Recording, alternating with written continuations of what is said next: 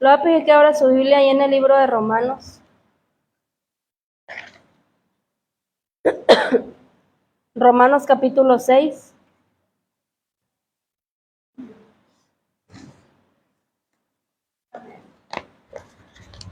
Amén. Vamos a estar leyendo ahí del verso 15 al verso 23.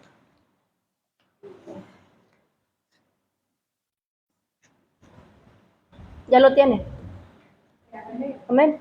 Lo leemos todos juntos con la autoridad del Padre, el Hijo y el Espíritu Santo. Dice así: ¿Qué pues? ¿Pecaremos porque no estamos bajo la ley, sino bajo la gracia? En ninguna manera. ¿No sabéis que si os sometéis a alguien como esclavo para obedecerle, sois esclavos de aquel a quien obedecéis, sea del pecado para muerte o sea de la obediencia para justicia? Pero gracias a Dios que aunque erais esclavos del pecado, habéis obedecido de corazón a aquella forma de doctrina a la cual fuisteis entregados, y libertados del pecado, vinisteis a ser siervos de la justicia. Hablo como humano por vuestra humana debilidad, que así como para iniquidad presentasteis vuestros miembros para servir a la inmundicia y a la iniquidad, así ahora para santificación presentad vuestros miembros para servir a la justicia. Porque cuando erais esclavos del pecado, erais libres acerca de la justicia.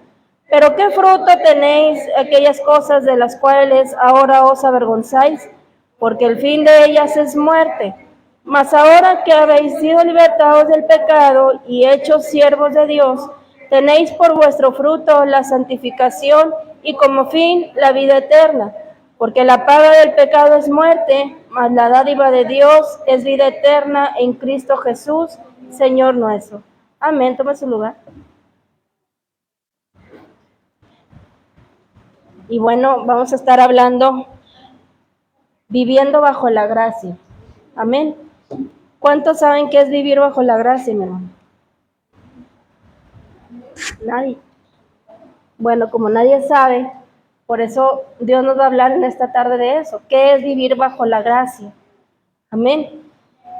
Y mira, una de las más importantes bienaventuranzas que dijo Jesús no fue registrada, dice aquí, por ninguno de sus discípulos, sino por el apóstol Pablo.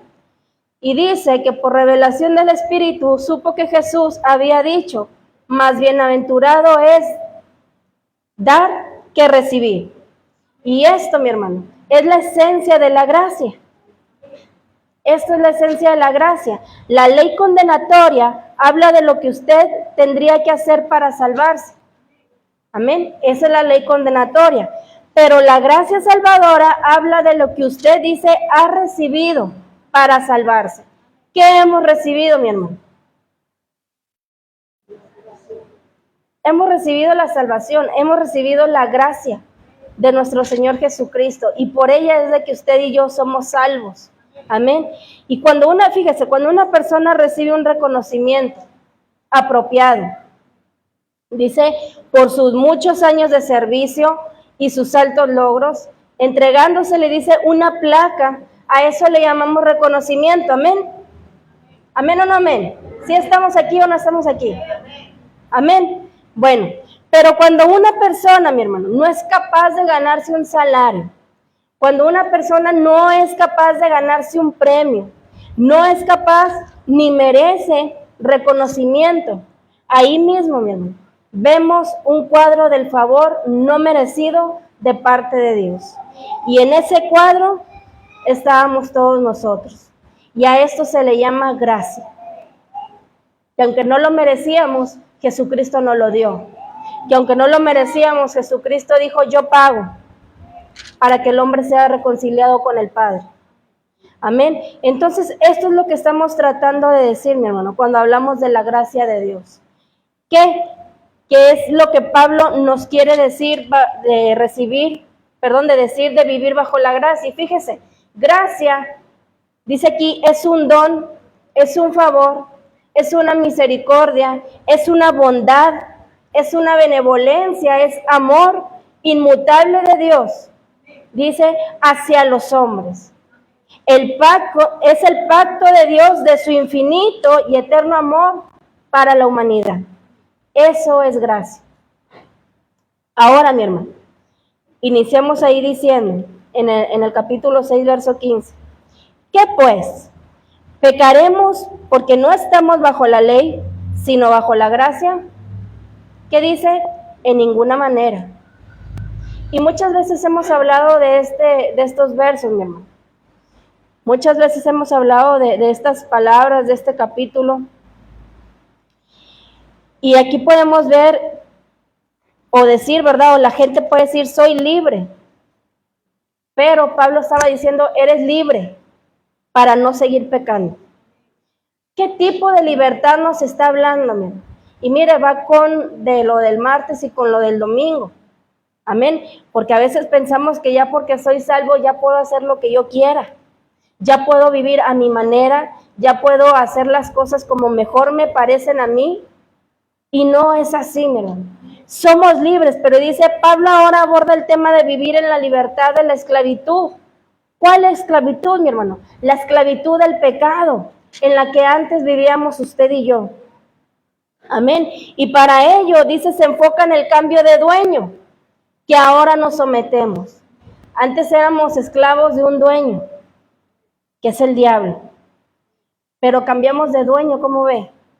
Porque hubo alguien que pagó el precio. Y al pagar el precio por nosotros, ahora nosotros somos de otro dueño. ¿Amén o no amén? Imagínese una persona en su trabajo obedeciéndole a alguien que no es su jefe. ¿Le parecerá al jefe bien? ¿Le parecerá bueno y lo va a felicitar? Oh, qué buen trabajo estás haciendo. No, mi hermano. Al contrario, se va a enojar, ¿verdad que sí?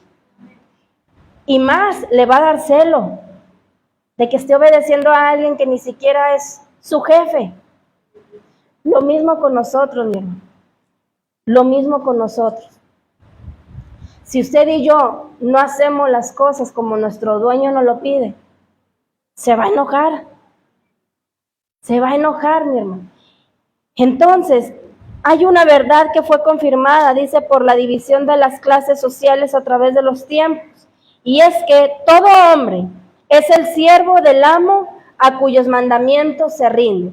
Dice ahí en el verso 16 al 18 que leíamos ahorita. ¿No sabéis que si os sometéis a alguien como esclavos para obedecerle, sois esclavos de aquel a quien obedecéis, sea del pecado para muerte o sea de la obediencia para justicia? Pero gracias a Dios, fíjese bien, dice que aunque erais esclavos del pecado, habéis obedecido de corazón a aquella forma de doctrina a la cual fuisteis entregados, y libertados del pecado, vinisteis a ser siervos de la justicia. ¿Qué es esto, mi hermano? Una cosa es ser esclavo de pecado y otra muy distinta es ser esclavo de la justicia divina. ¿Entiende? Una cosa es ser esclavo del pecado y otra muy diferente es ser esclavo de la justicia divina. ¿Por qué? Porque fíjese que lo que hacíamos en la anterior esclavitud, dice, complacíamos a la carne, amén o no amén. Lo que hacíamos antes de venir a Cristo, complacíamos a la carne, porque le dábamos lo que la carne pedía, ¿verdad que sí? Dice, y aunque después teníamos una conciencia acusadora, ¿verdad? Sabíamos que habíamos hecho mal, pero no nos arrepentíamos. Ahí está. Entonces, la obediencia, mi hermano, a ese amo, dice, mantenía feliz a la carne. ¿Verdad que sí? Pero no al espíritu. Y ahí está la diferencia. La obediencia al pecado mantenía feliz a la carne, pero al espíritu no. Entonces el pecado, mi hermano, como amo del hombre, es muy cruel.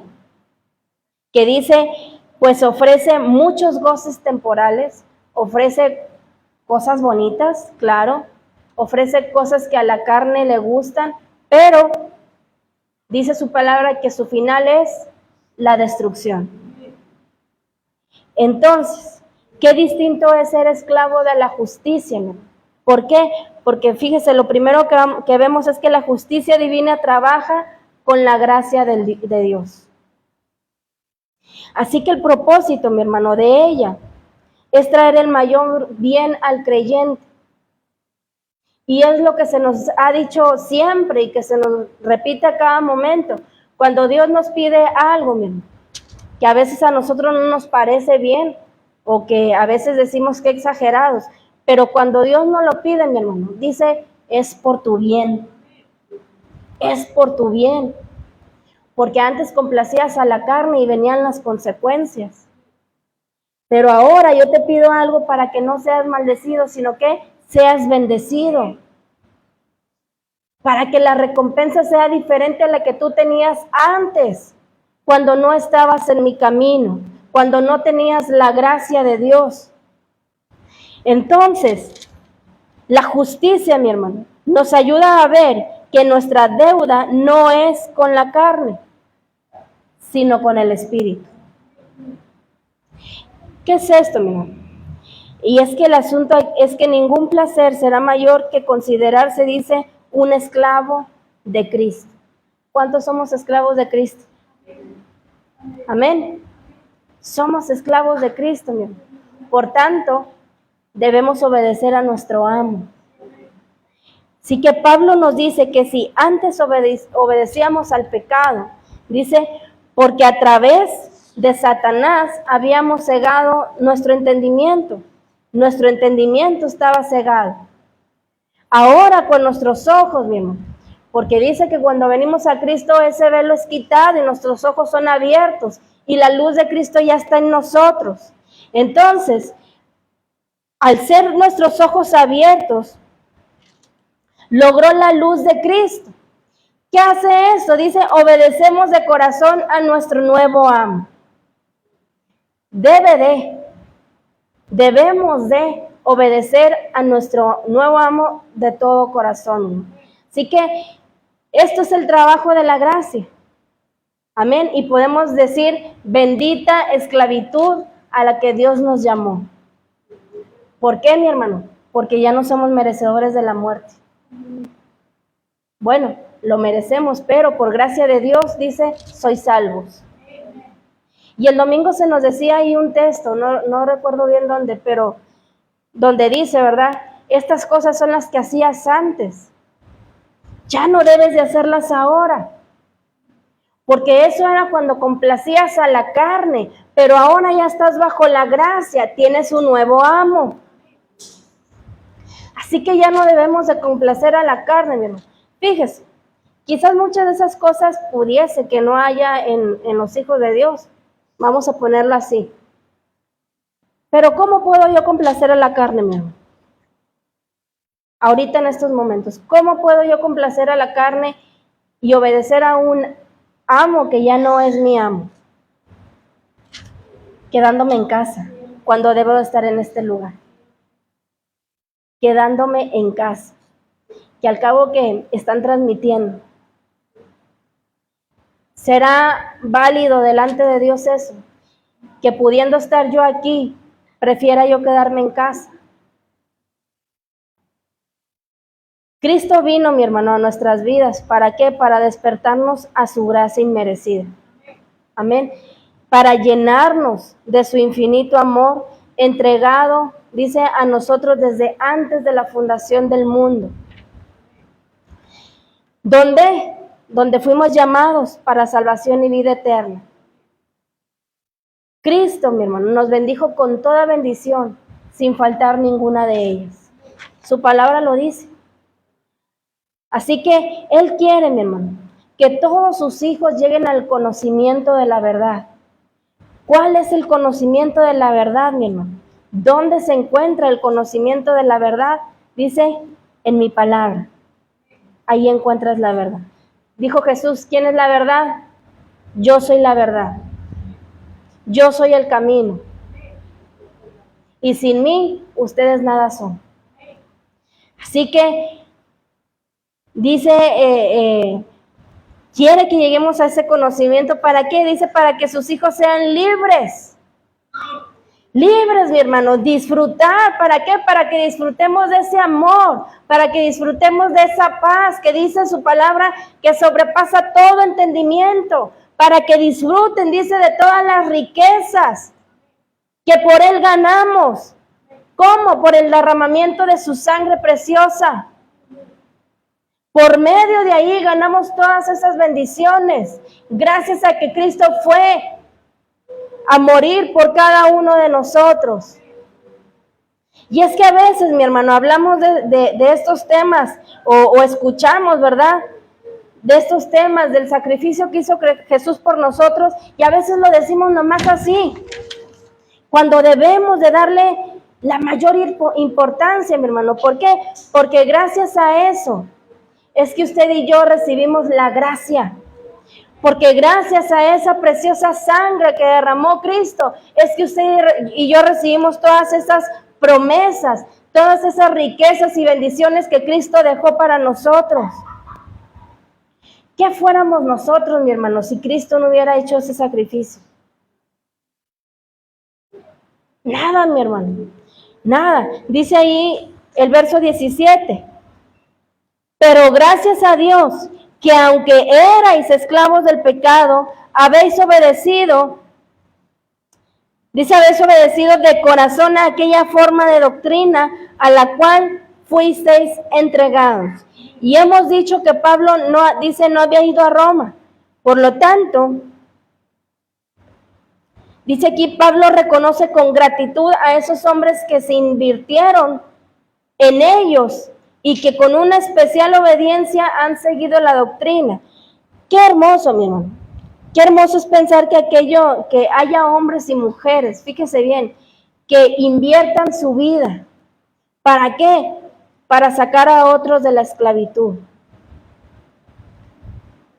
Hombres y mujeres que invierten su tiempo para rescatar almas y traerlos a los pies de Cristo.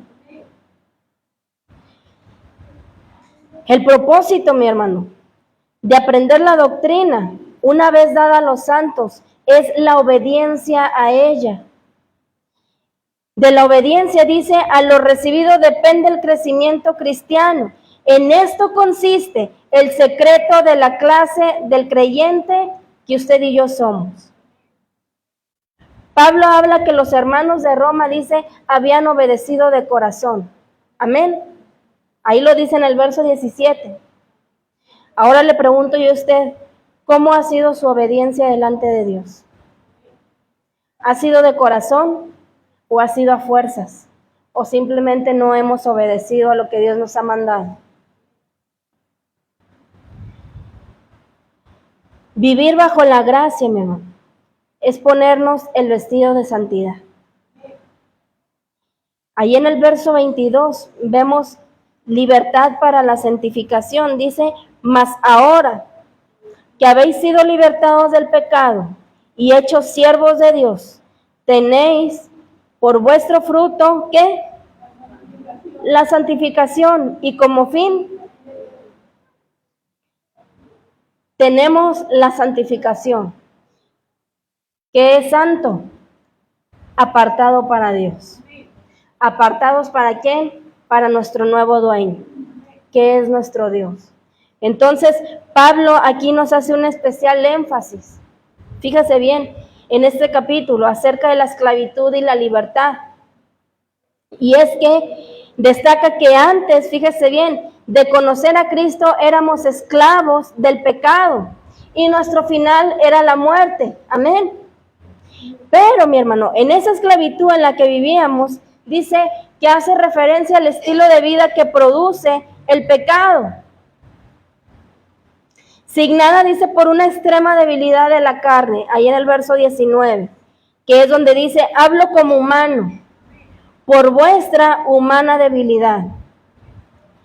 Que así como para iniquidad presentasteis vuestros miembros para servir a la inmundicia y a la iniquidad, así ahora, para santificación, presentad vuestros miembros para servir a la justicia.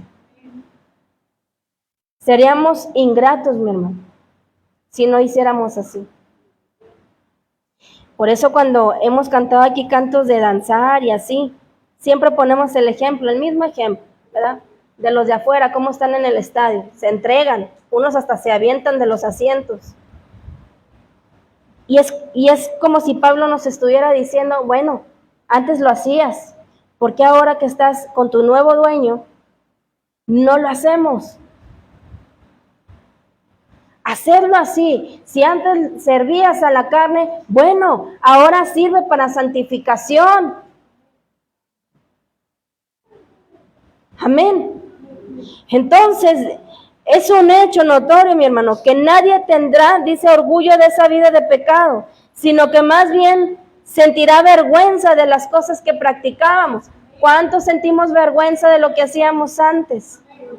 Amén. Recordamos, ¿verdad? Y decíamos, ¿cómo pude yo haber hecho eso? Y si no lo recuerda con vergüenza, mi hermano, sino con orgullo, aguas. Aguas. Porque mire que también la palabra de Dios habla de ese tipo de hombres. Y vemos mucho al pueblo de Israel, mi hermano, que recordaba su pasado, pero no con vergüenza, sino queriendo regresar a su vida de antes, porque la vida que ahora estaban viviendo no les gustaba, no les parecía como Dios se las estaba indicando. Y decimos, ¿verdad? Nos acordamos de ese pedacito donde ellos recordaban cuando comían su cebolla, sus ajos, ¿verdad?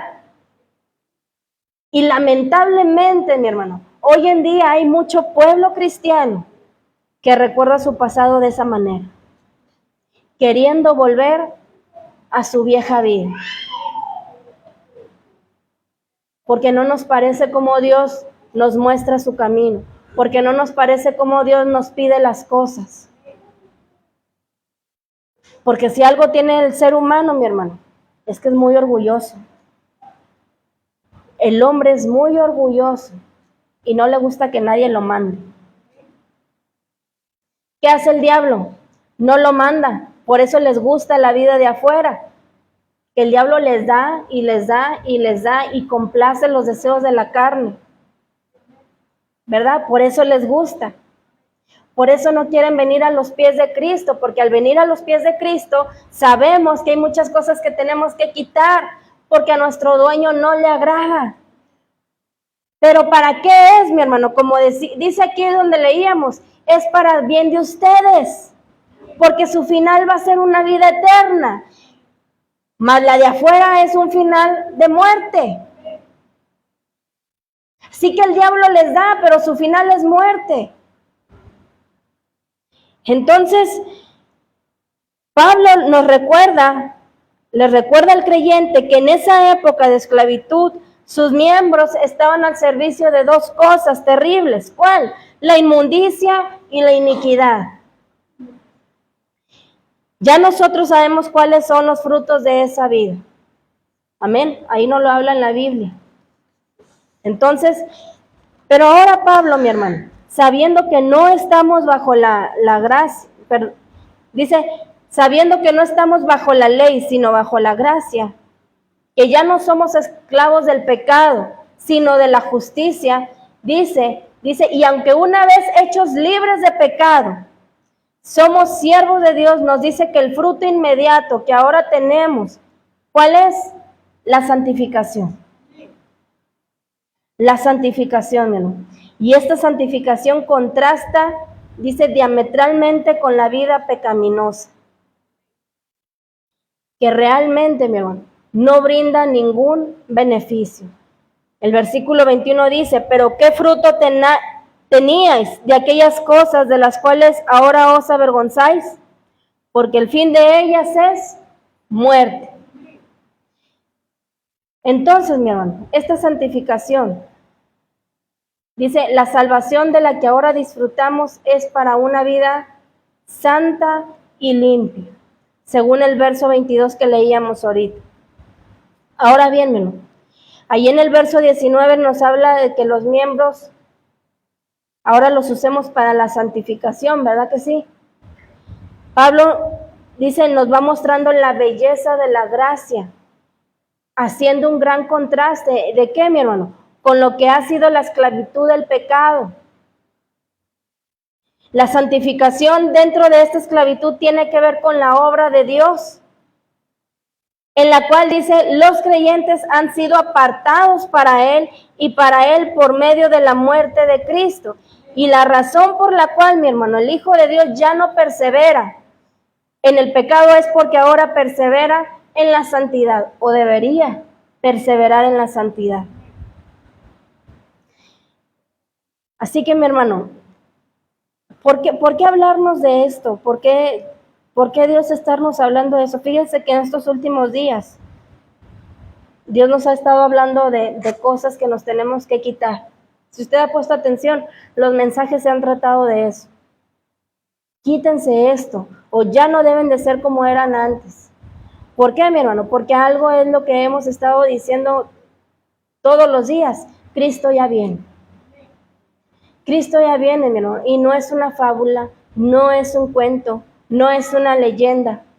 Y es por eso que ahora nos recuerda nuestro Dios, ya no estás bajo la ley del pecado, estás bajo la gracia. Pero vivir bajo la gracia, claro, que eres libre, pero ¿qué? Libre del pecado. Por eso nos habla qué es vivir bajo la gracia. La gracia trae santificación. Santificación que es apartado para Dios. Apartarme de todo lo que yo antes hacía y era. Porque se nos decía, ¿verdad? Creo el domingo, y lo hemos dicho siempre en muchas ocasiones, pensamos, mi hermano, que vivir bajo la gracia y que porque ya soy salvo ya con eso es suficiente, ya no tengo que yo dar más de mí. Y no es así. Dice, vivir bajo la gracia, tienes que vivir apartado. Santificarte día a día, limpiarte día a día. No hacer las cosas como tú quieres. Soy tu dueño, dice Dios. Vas a hacer las cosas como yo te las digo. Si quieres. Si no quieres, dice, también te di un libre albedrío. Vete. Pero dice la palabra de Dios, peor condenación es para aquel que gustó con los santos. Así que usted y yo elegimos, mi hermano. ¿Queremos seguir viviendo bajo la gracia y hacer las cosas como Dios nos las pide? O mejor dice Dios, vete de lleno, que al cabo que como quiera. Libres de la muerte eterna. Verso 23 dice, porque la paga del pecado es muerte, mas la dádiva de Dios es vida eterna en Cristo Jesús, Señor nuestro. Y este es uno de los grandes textos de este libro. Hay una verdad universal en su contenido, hermano. Dice, ya hay una connotación eterna entre la paga y el regalo. Y vamos a verlo ahorita de esta manera. Dice, el hombre fue puesto en el huerto del Edén. ¿Para qué, mi hermano? ¿Para qué fue puesto el hombre en el huerto del Edén? Dice, para vivir para siempre. Para vivir para siempre. Dios lo creó para su comunión y para ser eternos, como los ángeles. ¿Cuántos han leído que los ángeles no mueren? Amén. Y su palabra nos dice, mi hermano, que vamos a ser como ángeles. ¿Verdad que sí? Entonces, mi hermano, el propósito de la creación del hombre tuvo que ver con la eternidad, y ya hemos hablado de eso, la eternidad del hombre. No fue el plan de Dios, mi hermano, que el hombre muriera. En el plan de Dios no estaba eso. Pero lamentablemente esto fue obra del pecado. El hombre pecó y vino la muerte.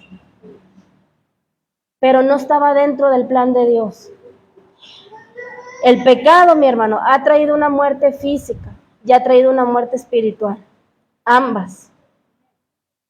Porque lamentablemente muchos hombres, mucha gente muere en el pecado. Y estaba muerto espiritualmente y murió físicamente. Y esto lo vemos, mi hermano, y lo oímos todos los días, noticia tras noticia, de gente que muere así. Pero también hay una sentencia bíblica, y esto tiene que ver con la muerte eterna. Y quiero, mi hermano, que le dé importancia. Es muy importante esto, porque le digo, a veces lo tomamos a la ligera, como de que, sí, la paga del pecado es muerte, mas la dádiva de Dios es vida eterna en Cristo Jesús. Y todos nos lo sabemos, ¿verdad que sí? Pero ¿cuántos lo obedecemos? Entonces la Biblia dice que está establecido para los hombres, mi hermano, que mueran una sola vez y después el juicio. Búsqueme ahí Hechos 9:27, por favor. Y ahí lo vamos a comprobar. Hechos 9:27. Se lo voy a leer. Dice así. Entonces Bernabé, tomándole, lo trajo a los apóstoles y les contó cómo Saulo había visto en el camino al Señor, el cual le había hablado, y como en Damasco había hablado valerosamente en el nombre de Jesús. Se me hace que me equivoqué. Dice, el contenido de este texto nos plantea dos eternidades como destino final del hombre. Y ese destino, mi hermano, no fue establecido por Dios, sino por el pecado. ¿Cuál? La muerte.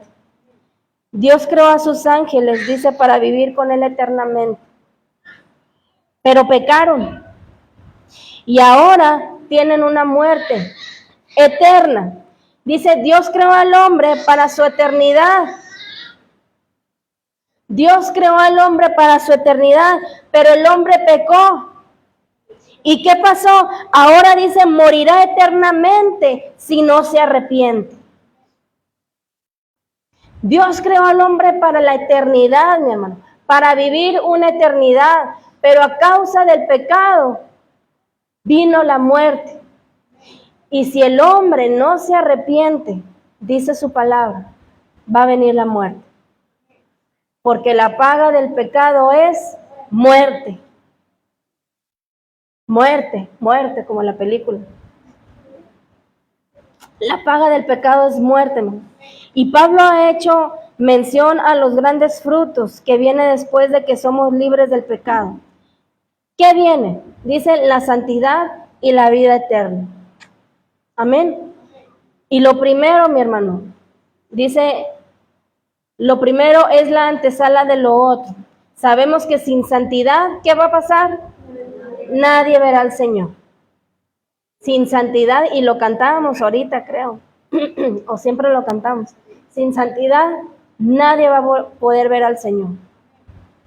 Así que es importante, mi hermano. Por eso dice Dios, te estoy diciendo cómo es vivir bajo la gracia. Si pensabas que era ya libre y que como quiera yo soy salvo, pues no. Vivirlo bajo la gracia es vivir una vida santa.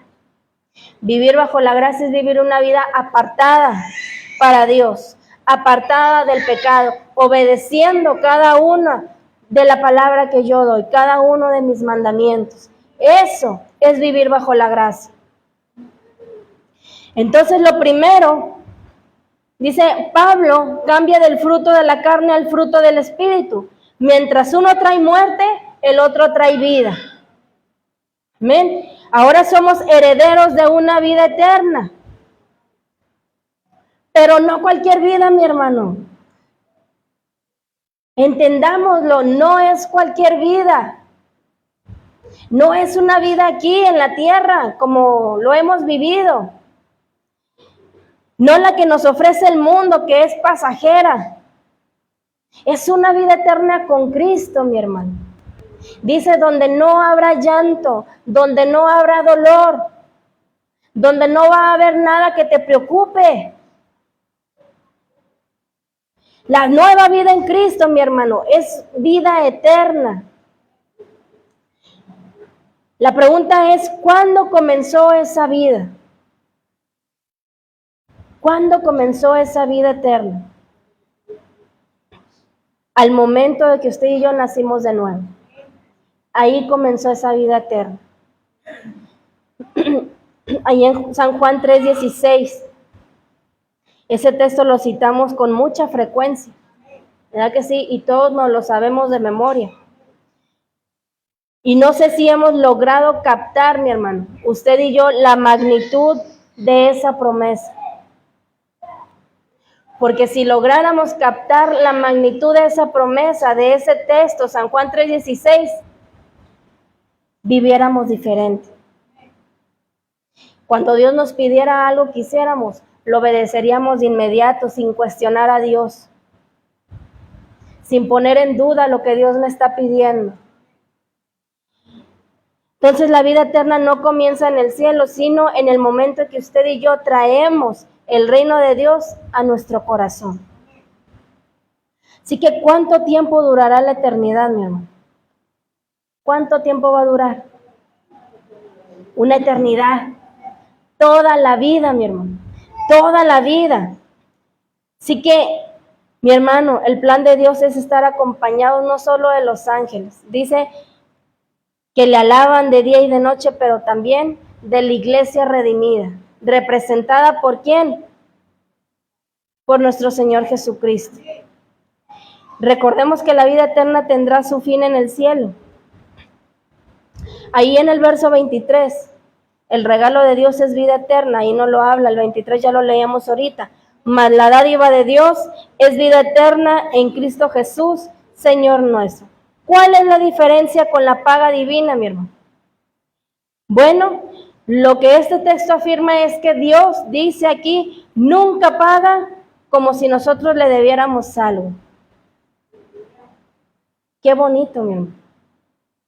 Dice, en todo caso, lo que siempre Él ha hecho es dar. Dar. Dar, mi hermano. Desde que tenemos conocimiento, nuestro Dios se ha revelado como el dador. Sobre todo, dice, el dador de la vida. Y de ahí, mi hermano, que este texto contrasta, dice, con el resultado del pecado y la dádiva de Dios. La vida eterna es un don, un regalo que no se gana con esfuerzo propio. Dice Dios, ya te lo di por medio de la sangre de mi Hijo derramada en esa cruz. Ya tienes la salvación. Ahora cuídala. Cuídala. ¿Cómo dice su palabra? Cuídala con temor y temblor. ¿Por qué diría cuídala con temor y temblor, mi hermano? Si la salvación no se perdiera.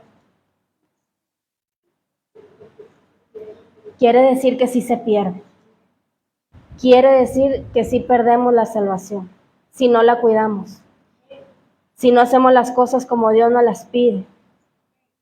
Y recordamos, de la tierra prometida, mucho pueblo no entró, porque no obedecieron a lo que Dios había mandado que hiciese. Incluso, mi hermano, el líder no entró. ¿Por qué, mi hermano? Por un arrebato de ira. Y fíjese, estos días se nos ha dicho, ya no eres como antes. Así que ya no debemos vivir como vivíamos antes, mi hermano, ni desear las cosas de antes, de nuestra vida pasada. Dice, ya estás bajo la gracia, tienes un nuevo dueño, tienes nuevas leyes, tienes nuevas normas a las cuales tienes que obedecer. Efesios 2, 8 y 9. Búscamelo, por favor. Efesios 2, verso 8 y verso 9. ¿Lo leemos? Porque por gracia sois salvos por medio de la fe, y esto no de vosotros, pues es don de Dios. No por obras, ¿para qué? Dice el 10, porque somos hechura suya, creados en Cristo Jesús, ¿para qué? Las cuales Dios preparó de antemano, ¿para qué? Dice, somos hechura suya para buenas obras, las cuales, dice Dios, yo ya preparé de antemano, para que tú y yo andemos en ellas. No dice, son hechura mía, para que hagan las cosas que ustedes quieren, o para que vivan la vida como ustedes quieran, como dice aquel, vive la vida loca. Dice, son hechura mía para buenas obras, las cuales yo las preparé de antemano para que tú andes por ellas. Dice el 11, mi hermano. Por tanto, acordaos de que en otro tiempo vosotros, los gentiles, en cuanto a la carne, erais llamados incircuncisión por la llamada circuncisión hecha con mano en la carne. Porque dice el 12, porque en ese tiempo estaba sin Cristo. Amén. Alejados de la ciudadanía, ajenos a los pactos de la promesa, sin esperanza, dice, y sin Dios en el mundo. Pero ahora ya estamos, mi hermano. Ahora Cristo ya está en nosotros. Amén. Así que Efesios 2, 8 y 9 dice, es el corazón final del propósito eterno. Y nadie podía ser salvo por sí mismo. Nadie. Fue necesario, dice, que el Cordero de Dios muriera. ¿Para qué? Para hacer realidad el regalo de Dios. ¿Cuál regalo? La vida eterna. Fue necesario, mi hermano. Así que, ¿cómo no valorar, mi hermano, el sacrificio de Cristo? ¿Qué tenemos que hacer? Simple. Dice Dios, obedece mi palabra. ¿Qué tengo que hacer, Señor? Obedece lo que yo te mando. Estamos en lo último, mi hermano. En lo último, y no nos vamos a cansar de decírselo, al menos yo no me voy a cansar de decirle, estamos en el último tiempo. No sabemos si vamos a pasar este mes, este año, este día, no lo sabemos. Pero lo que sí sabemos es que Dios nos está llamando a santificarnos. Nos ha estado llamando a estarnos apartando más, cada día más estarnos apartando para Él, para buscar sus cosas. Mi hermano, ya dejemos de que me siento cansado, yo no voy. A mí me desespera mucho ver gente que puede estar en este lugar y no viene. Y gente que quiere, pero no puede, que sufre, los hombres por sus trabajos. Muchas de las veces no pueden estar en este lugar. Quisieran, pero no pudieran. Y los que podemos, mi hermano, desaprovechamos tiempo. Y la palabra de Dios habla, mi hermano, y en días pasados se nos hablaba de eso. Aprovecha el tiempo. Aprovéchalo, porque los días son malos. Sé buen administrador de tu tiempo. Hay tiempo para todo. Para todo, mi hermano, para todo. En aquel día no va a valer, es que tenía mucho trabajo en mi casa. No va a valer. No va a valer, mi hermano. Así que dice Dios, aprovechen el tiempo. Si tienen oportunidad de estar todos reunidos escuchando mi palabra, júntense. Júntense, porque no va a haber excusa, mi hermano. Dice su palabra, inexcusable eres tú, quien quiera que seas. No vas a tener excusa de que yo no podía estar ahí. No va a haber excusas de que decir, a mí no me dijeron. A mí no me dijeron que la salvación no se perdía. A mí no me dijeron. No hay excusa. No hay excusa. Para Dios no hay excusa, quizá para el hombre, pero para Dios no lo hay. No podemos poner excusas, mi hermano. Dice, yo soy Dios que lo escudriña todo. Podrás engañar al hombre, pero a mí nadie me engaña. A Dios no lo podemos engañar, mi hermano. O nos santificamos, dice Dios, o empiezas a vivir una vida santa, apartada para mí, viviendo bajo la gracia en mi libertad que yo te he dado, o mejor dice Dios, vete. O eres frío o eres caliente. No puedes ser tibio. Y hablamos muchas veces, ¿verdad? Ponemos el ejemplo. A nadie nos gusta la comida tibia. A nadie. O me la das fría o me la das caliente. Pero tibia no nos gusta. Pues lo mismo es con Dios, mi hermano. A Dios no le gustamos tibios. O haces lo que yo te mando, o mejor vete, que al cabo que como quiera. como quiera. Una vez un hombre estaba perdido en el desierto, mi hermano, destinado a morir de sed. Sabemos que en el desierto no hay agua.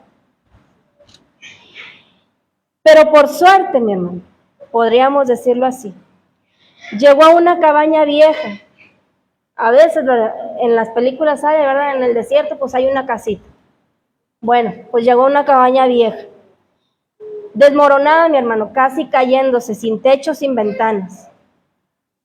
Y el hombre dice que anduvo por ahí y se encontró con una pequeña sombra donde acomodarse para protegerse del calor que da en el desierto. Imagínense, si nosotros con árboles nos quema el sol, bueno, pues en el desierto ya nos imaginamos cómo debe estar el calor ahí.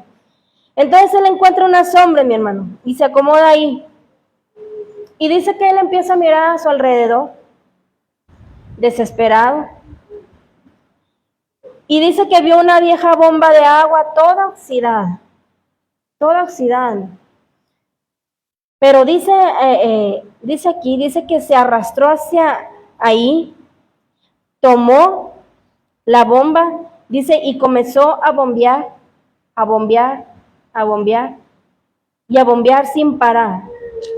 Pero cuenta, ahí el narrador dice que nada sucedía. Nada, era una bomba vieja, oxidada. Desilusionado, mi hermano, dice que cayó postrado hacia atrás este hombre y entonces notó que a su lado había una botella vieja. Lo miró, mi hermano, miró la botella, la agarró, la empezó a limpiar de todo el polvo que cubría esta botella y pudo leer que decía ahí: usted necesita primero preparar la bomba con toda el agua que contiene esta botella, mi amigo. Después, por favor, tenga la gentileza de llenar nuevamente antes de marchar, de llenarla de agua. Pero, mi hermano, era una botella llena de agua. El hombre tenía sed. Era una bomba vieja, llena de agua, mi hermano. De pronto dice que se vio en un dilema por estas cosas que le acabo de decir. Una bomba vieja, una botella llena de agua, él con sed. Dice, si bebía aquella agua, pues él podría sobrevivir. Pero si la vertía en esa bomba vieja y oxidada, tal vez obtendría, dice, agua fresca, fría del fondo del pozo y podría tomar todo el agua que quisiese. Tal vez o tal vez no iba a funcionar. Así que la bomba no funcionaría y el agua de la botella pues se iba a desperdiciar. ¿Qué debería hacer, mi hermano? Póngase a pensar, ¿usted qué hiciera si se encontrara en esa situación? ¿Derramar el agua en la bomba y esperar a que saliera agua? ¿Arriesgarse? ¿O debía de perder toda aquella agua en la esperanza de aquellas instrucciones que confiables, escritas, no sé cuánto tiempo atrás las dejaron ahí escritas? ¿Qué haría usted? Pues dice aquí, mi hermano, que al final el hombre decide derramar todo el agua en la bomba. Agarró la manija de ahí y comenzó a bombear. ¿Y qué cree que pasó, mi hermano? Dice que comenzó a rechinar, pero no pasaba nada. No pasaba nada. La bomba continuaba con sus ruidos feos por lo viejo que estaba. Y entonces dice que de pronto, mi hermano, surgió un hilito de agua. Un hilito. Después dice que un pequeño flujo. Y finalmente, mi hermano, dice que el agua corrió con abundancia. Agua fresca y cristalina. Amén. Llenó la botella, mi hermano. Pudo llenar otra vez la botella y bebió ansiosamente de aquella agua que salió de ahí de la bomba. La llenó otra vez, dice, y tomó aún más de su contenido. O sea, se sació de esa agua. Y enseguida, dice, la llenó de nuevo para el próximo viaje, la llenó hasta arriba, tomó la pequeña nota y añadió a este hombre otra frase que decía: créame que funciona. Usted tiene que dar todo el agua antes de obtenerla nuevamente. En esto consiste la gracia. Amén. ¿Entendió o no entendió? En esto consiste la gracia, ¿no? Darlo todo. Darlo todo, mi hermano. Aquí lo bueno, mi hermano, es que no nos estamos arriesgando a que si me voy o no me voy, sino que es una promesa que Jesús nos da. Obedece mi palabra, tendrás una vida eterna. Vive en santidad, tendrás una vida eterna conmigo. ¿Quieres vivir en pecado? ¿Quieres vivir la vieja vida? Tendrás la muerte. Tú eliges. Usted y yo elegimos.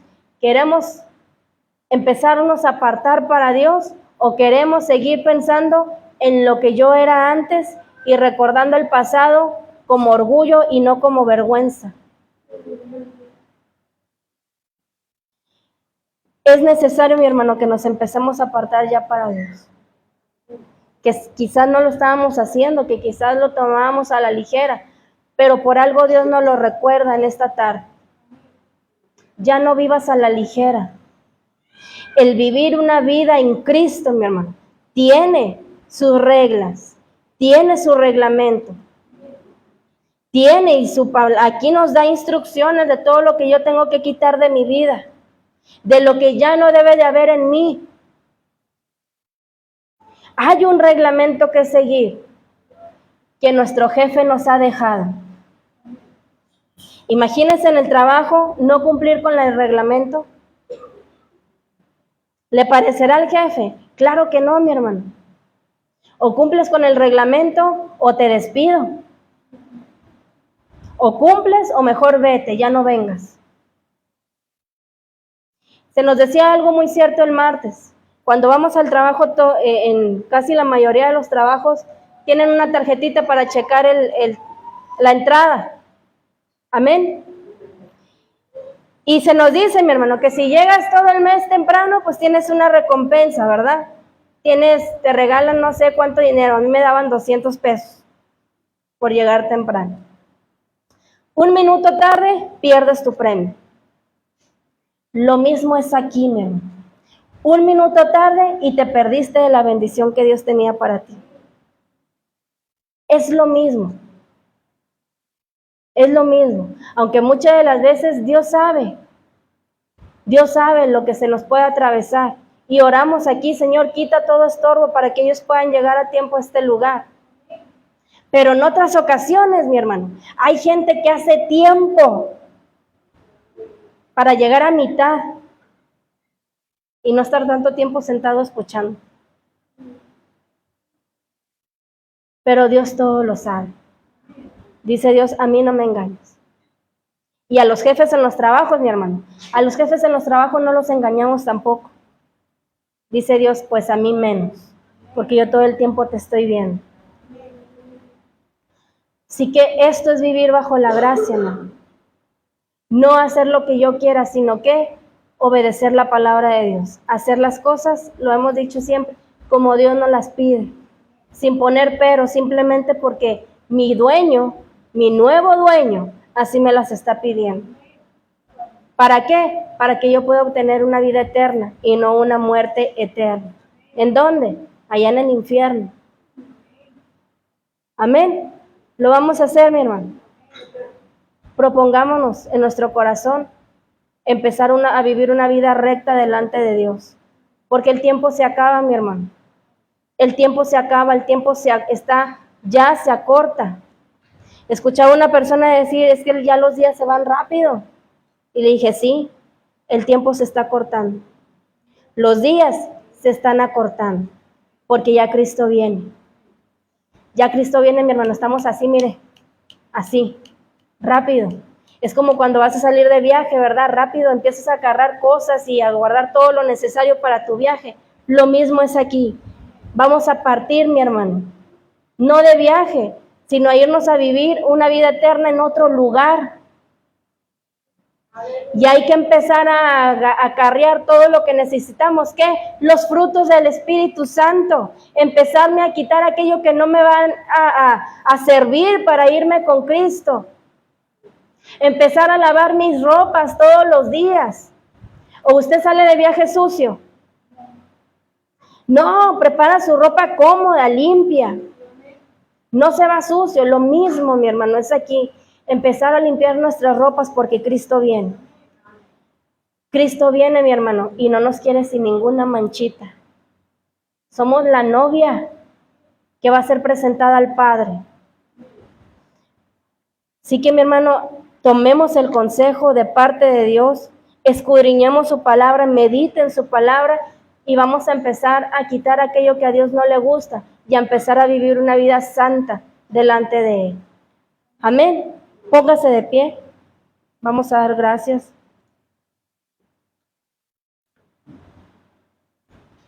Cierra sus ojos. Amén. Padre, te damos gracias, Jesús. Gracias, Señor, por este consejo que nos has traído en esta tarde, Jesús.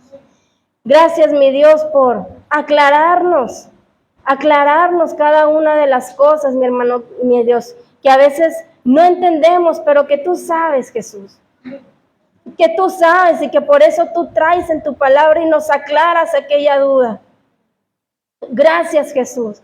Gracias por recordarnos, mi Dios, que debemos de vivir apartados para ti, que ya no le pertenecemos al mundo, sino que ahora te pertenecemos a ti, aquel que dio su vida por cada uno de nosotros, que ahora tenemos un nuevo dueño, al cual un día le vamos a rendir cuentas de todo lo que hicimos en esta tierra. Ayúdanos, Jesús. Ayúdanos, mi Dios, a hacer tu voluntad, a esforzarnos cada día más y más por mantenernos apartados para ti, limpios para ti, haciendo y cumpliendo tu voluntad en esta tierra, en cada uno de nosotros. Gracias, Padre, gracias, Jesús, gracias, Espíritu Santo, por no dejarnos, por estar siempre con nosotros, animándonos a seguir adelante y recordarnos que es necesario que atendamos a tu palabra, porque tú vienes pronto ya por tu iglesia. Gracias, Padre. Gracias por alertarnos en cada una de tus palabras que tú traes a este lugar, a este pueblo, mi Dios. Gracias por alertarnos, porque lo haces por amor a cada uno de nosotros, porque tú quieres que todos vayamos juntamente contigo y que nadie se quede. Gracias, Jesús. Ayuda a cada uno de mis hermanos, Señor. A cada una de las personas que se dieron el tiempo de escucharnos en redes sociales, mi Dios. Ayúdales, mi Dios. Y a aquellas personas, Jesús, aquellas personas que pudiendo estar aquí no lo están, Señor, que tu Espíritu Santo les redarguya, mi Dios, y que les recuerde tu palabra, que un día vamos a rendir cuentas de todo el tiempo que perdimos, que lo debimos de haber dado a ti. Gracias, Padre, gracias, Jesús, gracias, Espíritu Santo. Amén.